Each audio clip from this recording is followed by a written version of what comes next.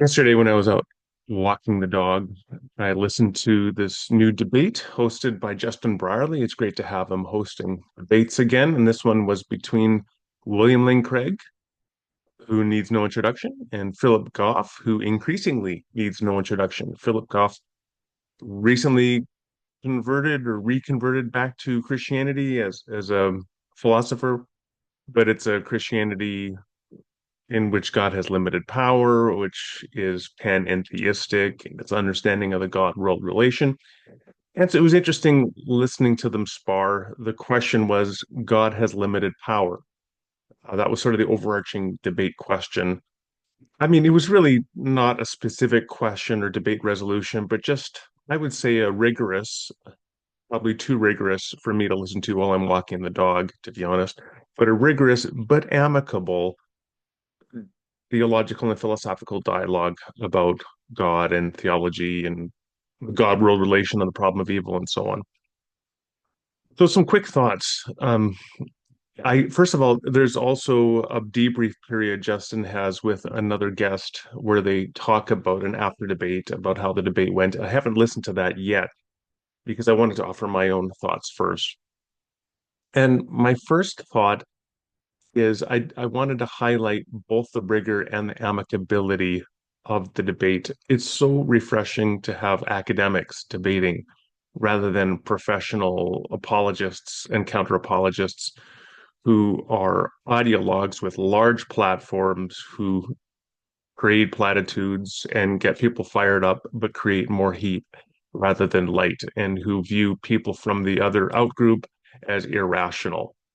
That's very common among many Christian apologists and many atheist apologists as well on the internet. And you don't get that from rigorous academic philosophers who are trying to hash these issues out. For example, there was one point where Goff referred to a rebuttal to one aspect of Craig's views from a journal article, and Craig hadn't read the article. And in the mentality of the kind of the modern day debates where you get, very popular people who are just polemicists going back and forth. If they had a moment like that, they would treat it as a gotcha moment. But instead, they just moved on. It was there was no sense of threat. It's a recognition that we're just exploring ideas together, and it was very nice feel to the whole exchange. So I really appreciated that. In terms of the big picture, uh, I mean, I think the one thing, hold on, my dog, whenever I start doing a video, the dog starts scratching to be picked up. So I have to pause, pick up the dumb dog, and then continue. So just give me a moment. I'm not going to attempt to analyze the fine-grained arguments that Goff and Craig exchanged. I want to instead highlight some big themes. I mean, I will say when it came to the arguments, I got maybe 65% of what was exchanged between the two of them. I would need to sit and listen to it rather than, again, listen to it while I'm walking the dog. And I'm not up on all the literature and all the debates, so I'm not going to get everything they said to one another. But the big things, Craig was highlighting a lot of issues with respect to panpsychism, and in particular, panentheism, and his concerns about Goff's view of viewing God potentially as like the consciousness of the universe, so that we exist within God, which is the conscious universe, but of course are distinct from God, so it's not pantheism. And he had concerns with that. And the interesting thing is when he would press on those concerns, I mean, Goff had good responses to several issues Craig would raise, but not everything. But Goff would also respond by pointing out he's not tied to any one particular view, which I thought was fair enough.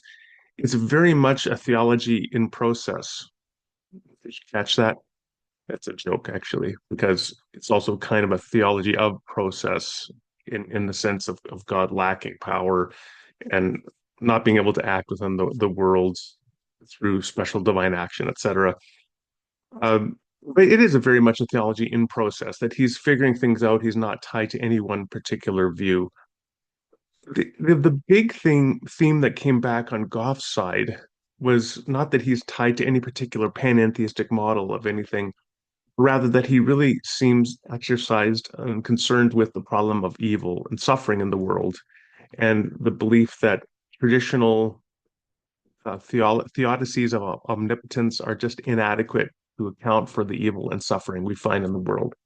And so you find Goff trying to explain the resurrection of Jesus without invoking special divine action in the world in the conventional sense of God raising Jesus from the dead. Because the second God can act at that discrete level to raise Jesus from the dead, why can't God prevent other evils in the world? It is on this point that I found the appeal of Goff's view of limited omnipotence similar to the open theist's view of omnipotence, where the open theist is going to say, well, God didn't know X would happen, and so God didn't prevent X from happening. And the response to the open theist, like for example, on the open theist view, God didn't know what a creature would freely choose to do in the future, and so for that reason, God didn't prevent the creature from doing that evil action. And one problem with that open theist view is that even if God didn't know, a week ago or even an hour ago what the would-be serial killer was about to do, God certainly knew 1 minute or 10 seconds or a millisecond before what they were going to do, and God could have acted at that point, and yet God didn't act. So the open theist account of to try to reconcile the degree of suffering in the world with God's omnipotence and goodness is really inadequate. And Craig was making a similar sort of point when it came to Goff, and I think Craig, in my view, is right about that. That it was just inadequate. That the degree of inaction or degree of lacking of potency that Goff proposes God has, even with the degree of power he attributes to God, there's still more evil that God could have eliminated, which isn't explained on his view, like with the open theist, not preventing that serial killer from killing somebody. And so I'm not persuaded. I think you kind of lose more than you gain when you take Goff's view. Now, the couple more things I just want to say before I conclude. The first thing I want to say is over the years, I used to be very exercised about all the metaphysical debates in theology and philosophy. But over the years, when I was young and full of spit and vinegar, those things really fascinated and interested me. Over the years, I've come to believe more and more.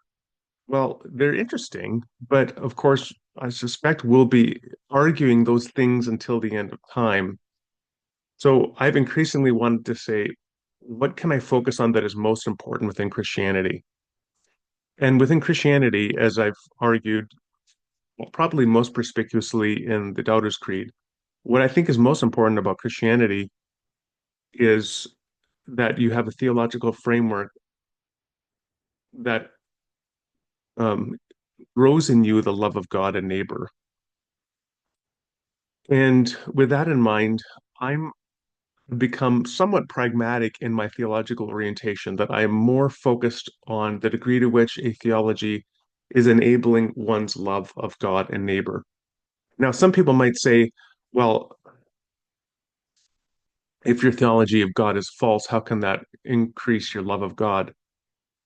Well, let me give you a practical example of that. So, in fact, on one of the episodes of Unbelievable, back when Justin was hosting it years ago, there was a woman on the show who was an open theist. And as memory serves, she was an open theist. The primary catalyst was a practical and pastoral one for herself when her child died. She could not reconcile herself to love and worship a God of omnipotence who would allow her child to die. So she gravitated toward an open theist theology in which God was of limited power and could not prevent the death of her child. And I believe, on the one hand, that open theism is incorrect and that God does know the future actions of contingently free creatures. But I also believe that had that woman believed that, that mother, had she believed that, that would have alienated her from God and from a deeper truth of relationship with God and of the overarching love and care of God. The truth about God's providential omnipotence would have alienated her from God and probably ended up with her either being feeling God as cold and distant or perhaps becoming an atheist or a skeptic.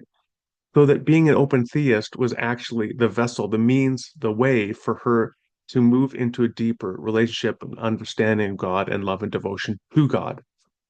And for me, that is the deeper issue here is what degree do your finite and errant theological musings move you more deeply into the love of God and of neighbor? So, yeah, that wasn't a topic discussed here, but I think that's something we should always just keep at the heart and center of everything when we're talking about these very abstract theological and philosophical issues. What degree does your theology form in you the love of God and neighbor? The last thing I want to highlight is just an interesting exchange, which was highlighted in Justin Brierley's promo for the debate. And that was a question uh, that Philip Goff posed to Craig about whether Philip Goff himself should be viewed by Craig's lights as a Christian. So let's just play that clip and then I'll offer some commentary to conclude. Can I ask Bill a question? I'm just Yes. curious about. Do you think I'm a Christian? Me? You asking me? I'm just curious. As I said at the beginning of this podcast, I am not claiming that you are a heretic or unorthodox. My concern is that your views are wild speculations that are philosophically, scientifically, and historically untenable. And your relationship to God is for you and him to work out, certainly not for me to stand in and judge. Thank you.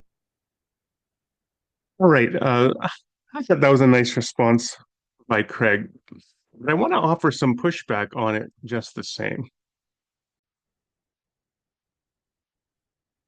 First of all, I think it's really important in topics like this, in contexts like this, to distinguish between, like with the question, am I a Christian?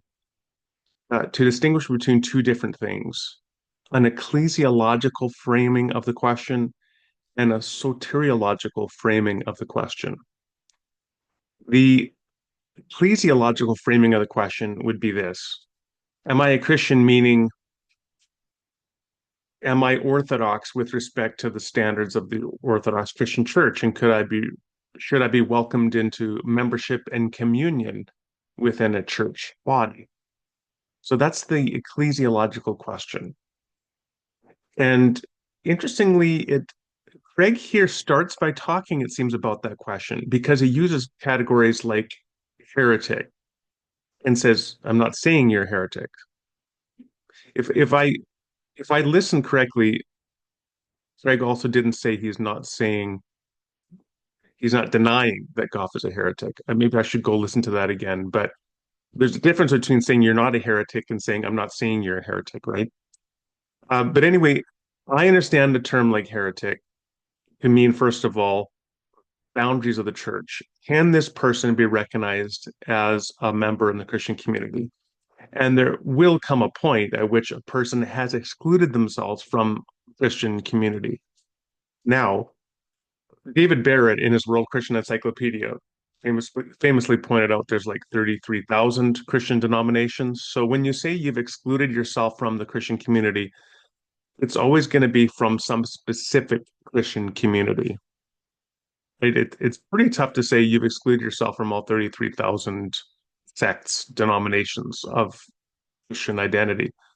So, which one is it? Is it from the standards of the Roman Catholic Church, the Lutheran, the Baptist, and which Baptist, which Lutheran, etc., that you would have excluded yourself from? And that would be with respect to a particular confession statement of faith, creed, etc., that by expressing the views that you've expressed, like a particular view of panentheism, panpsychism, limited power of God, particular view of the resurrection of Jesus, that you have thereby excluded yourself from the confessional requirements for full participation in one of these communities.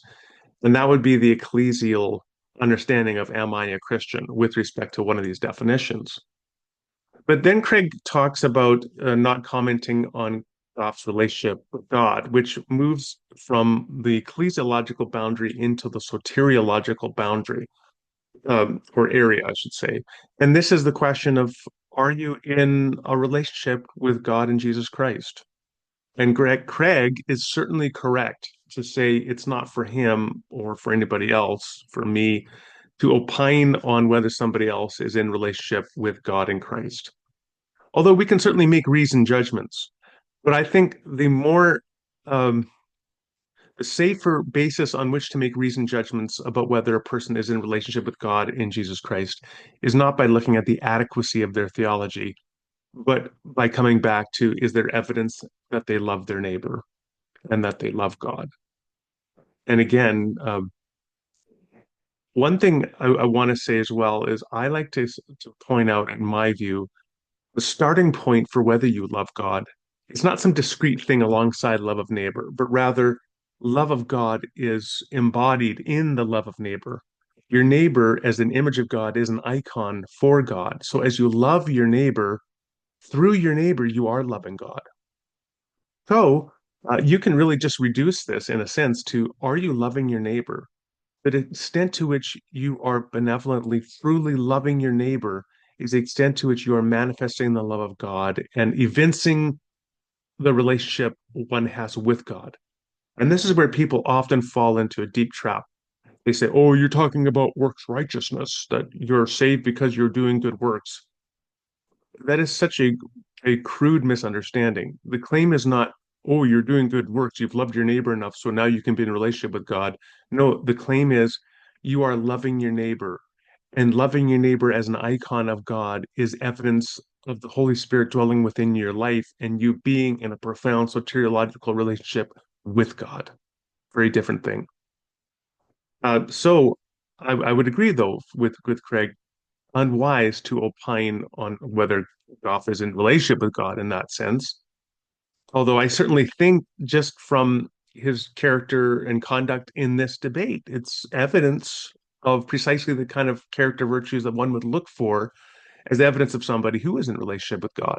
Whatever the adequacy of his theology or Craig's theology or anyone else's theology, I always kind of laugh when I was watching this debate, by the way, and Craig is, I mean, not unfairly critiquing some of the idiosyncrasies of Goff's theology when Craig himself is, in my mind, one of the things he's known for is comparing God to the three-headed dog Kerberos. So, you know, we all have our idiosyncrasies. The more you spend time in philosophical theology, the further you find yourself away from ground level Apostles' Creed, Nicene Creed, etc. So I think we should have a bit of common grace for everybody. So I thought anyway that was an interesting question, key question, an interesting response, but a response that I think equivocated, or I should say conflated between these two different senses of the ecclesiological boundary and the soteriological boundary. If Goff were to come to my Baptist church, what we would say is, look, here is our North American Baptist statement of beliefs. Do you affirm this? We're not going to police, as a Baptistic tradition, in our belief in soul liberty and soul competency. We're not going to police Goff's interpretation and understanding.